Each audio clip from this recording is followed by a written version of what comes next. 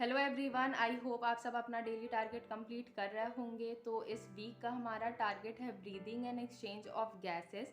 लेकिन इसमें सिर्फ 4 लेक्चर्स ही हैं, लेकिन जो नेक्स्ट चैप्टर है हमारा, आई थिंक उसमें 12 लेक्चर्स हैं।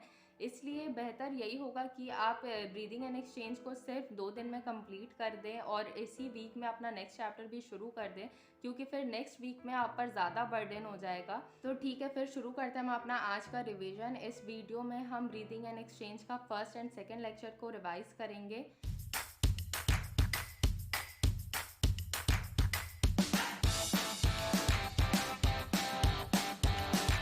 तो इस चैप्टर में सबसे पहले 2 टर्म आता है, ब्रीदिंग एंड रेस्पिरेशन। पहले ब्रीदिंग देखें हम, तो फ्रेश एयर को इनटेक करना एंड फाउल एयर को रिमूव करना ब्रीदिंग कहलाता है। और रेस्पिरेशन क्या होता है, तो जो हम ऑक्सीजन इनटेक किए हैं उससे फूड का टूट के एनर्जी का बनना रेस्पिरेशन कहलाता है। अब रेस्पिरेशन के 2 टाइप होते हैं, डायरेक्ट एंड इनडायरेक्ट। डायरेक्ट जो है वो सिंपल ऑर्गेनिज्म में होता है और इनडायरेक्ट कॉम्प्लेक्स ऑर्गेनिज्म में होता है।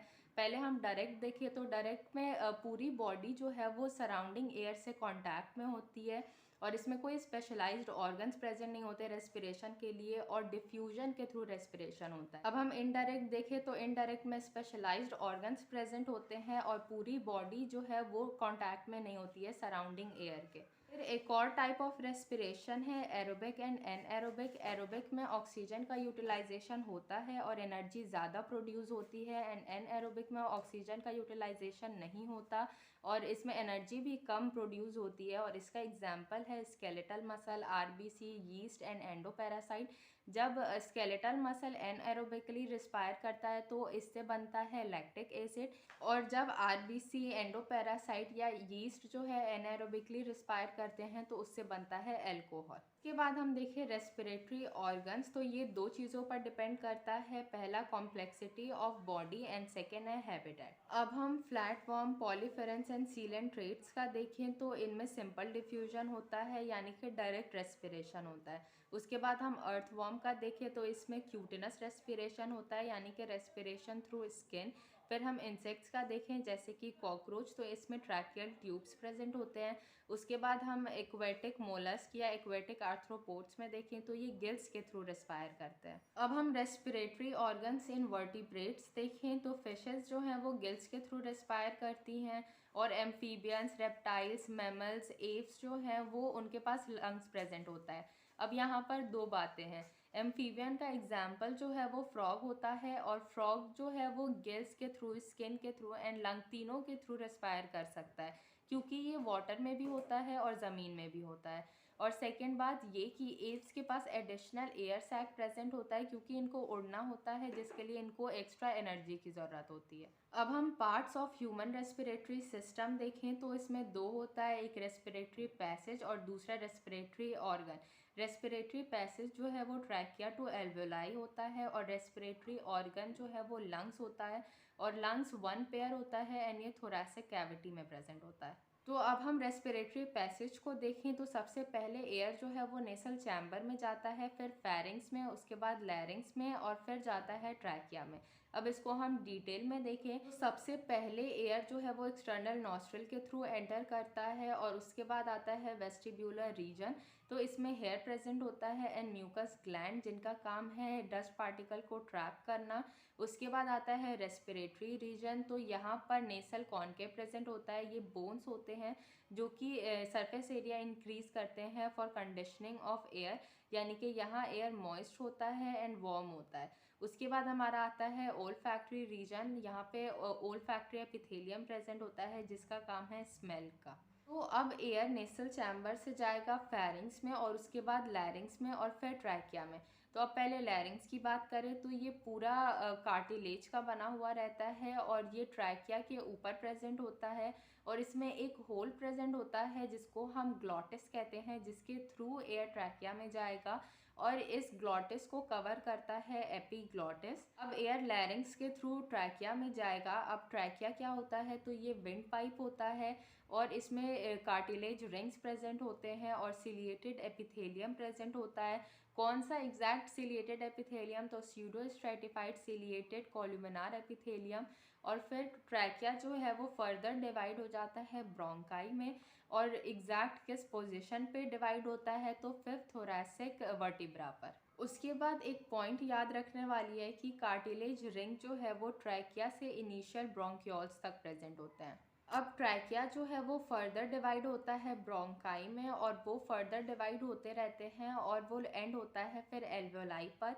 तो अब हम रेस्पिरेटरी ट्री देखें तो सबसे पहले एयर नोज के थ्रू एंटर हुआ, उसके बाद वो फेरिंग्स में गया, फिर लैरिंग्स, फिर ट्रैकिया, और ट्रैकिया के बाद primary bronchi, secondary bronchi, tertiary bronchi, initial bronchioles, tertiary bronchioles and respiratory bronchioles, और उसके बाद फिर alveolar sac, alveolar duct and last alveoli. अब नोज से लेकर टर्मिनल ब्रोंक्यूल्स तक कंडक्टिंग जोन कहलाता है, यानी कि इसमें कोई एक्सचेंज ऑफ गैसेस नहीं होता, यहाँ सिर्फ कंडीशनिंग ऑफ एयर होता है, यानी कि यहाँ एयर को क्लीन करते हैं, वार्म करते हैं एंड मॉइस्ट करते हैं, और इसको एनाटॉमिक डेड स्पेस कहते हैं। उसके बाद है रेस्पिरेटरी जोन, तो ये रेस्पिरेटरी ब्रोंक्यूल्स से लेके एल्वेओलाई तक होता है, और यहाँ एक्सचेंज ऑफ गैसेस होते हैं। अब हम एल्वेओलाई की बात करें तो ये हाईली वैस्कुलर होते हैं एंड 300 मिलियन हमारे लंग्स में प्रेजेंट होते हैं, और इसमें सिंपल स्क्वेमस एपिथेलियम होता है, और इसमें डस्ट सेल प्रेजेंट होता है जो कि मैक्रोफेज होता है,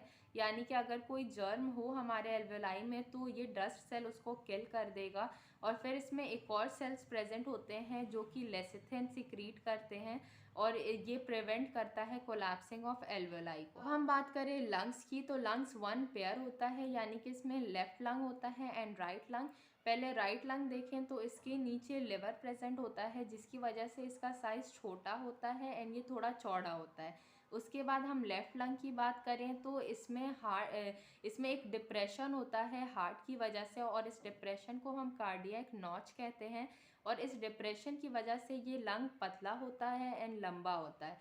ठीक है, अब इन दोनों लंग्स के बीच में जो स्पेस प्रेजेंट है उसको मेडिएस्टिनम कहते हैं। अब ये पूरा लंग जो है वो सराउंडेड होता है एक लेयर से जिसको हम प्लूरा कहते हैं, और ये दो लेयर से बना होता है, एक विसरल लेयर एंड एक पेराइटल लेयर, और इन दोनों लेयर के बीच में एक फ्लूइड प्रेजेंट होता है जिसको प्लूरल फ्लूइड कहते हैं, और इनका फंक्शन है शॉक एब्जॉर्प्शन। अब राइट लंग जो है वो 3 लोब में डिवाइड होता है, superior lobe, inferior lobe and middle lobe, और लेफ्ट लंग की बात हम करें तो वो 2 लोब में डिवाइड होता है, सुपीरियर एंड इंफीरियर लोब। अब हम मैकेनिज्म ऑफ ब्रीदिंग देखें तो सबसे पहले ब्रीदिंग क्या था, तो फ्रेश एयर को इनटेक करना एंड फाउल एयर को रिमूव करना। अब एयर मूव कैसे करता है, तो high pressure to low pressure, यानी कि अगर लंग में प्रेशर कम है तो एयर अंदर आएगा, और अगर लंग में प्रेशर ज़्यादा है तो एयर बाहर जाएगा।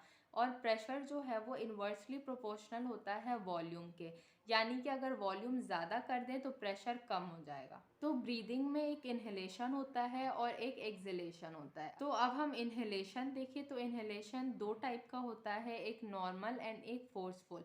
नॉर्मल में कौन से मसल्स यूज होते हैं, तो एक तो एक्सटर्नल इंटरकोस्टल मसल और दूसरा फ्रेनिक मसल। ये मसल्स काम कैसे करते हैं, तो एक्सटर्नल इंटरकोस्टल मसल जो है वो कॉन्ट्रैक्ट होगा, जिसकी वजह से रिबकेज जो है वो आउटवर्ड एंड अपवर्ड मूव होगा, जिसकी वजह से वॉल्यूम इंक्रीज होगा, प्रेशर कम होगा और एयर बाहर से अंदर आएगा। फिर अब हम फ्रेनिक मसल कैसे काम करता है, तो इसमें ये भी कॉन्ट्रैक्ट होगा, जिसकी वजह से डायफ्रैगम फ्लैट होगा और वॉल्यूम एक्सपैंड होगा और एयर बाहर से अंदर आएगा। फिर हम फोर्सफुल का देखें तो इसमें 3 और मसल्स यूज़ होती हैं, स्केलिन, पेक्टोरलिस एंड स्टर्नोक्लाइडोमास्टोइड, और ये तीनों बस रिबकेज को और ज़्यादा अपवर्ड एंड आउटवर्ड मूव करती हैं, जिससे कि वॉल्यूम बढ़ता है, प्रेशर कम होता है और एयर बाहर से अंदर आता है। अब हम एक्सहेलेशन में देखें तो इसके भी 2 टाइप होते हैं, नॉर्मल एंड फोर्सफुल।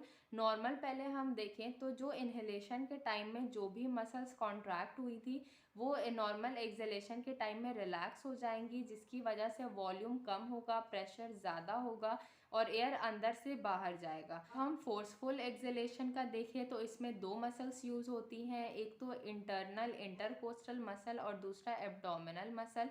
पहले इंटरनल इंटरकोस्टल मसल देखें तो ये कॉन्ट्रैक्ट होगा, जिसकी वजह से रिबकेज जो है वो इनवर्ड एंड डाउनवर्ड मूव होगा, जिसकी वजह से वॉल्यूम कम होगा, प्रेशर ज़्यादा होगा और एयर अंदर से बाहर चला जाएगा। उसके बाद हम देखें एब्डोमिनल मसल में, तो ये भी कॉन्ट्रैक्ट होगा, जिसकी वजह से जो विसरल ऑर्गन है वो डायफ्रैगम की तरफ पुश होंगे और जिससे कि वॉल्यूम फिर से कम होगा, प्रेशर ज़्यादा होगा और एयर अंदर से बाहर चला जाएगा। अब एक इंस्ट्रूमेंट होता है स्पायरोमीटर, जो कि यूज़ होता है ये चेक करने के लिए कि हमारे लंग्स में कितना वॉल्यूम ऑफ एयर प्रेजेंट है। तो यहाँ पर हमारा रिवीजन कंप्लीट हुआ फर्स्ट एंड सेकेंड लेक्चर का, और अगले वीडियो के लिए आप थर्ड एंड फोर्थ लेक्चर अपना कंप्लीट कर लें और कोशिश करें कि अपना नेक्स्ट चैप्टर भी इसी वीक में शुरू कर दें। ठीक है, फिर अल्लाह हाफ़िज़।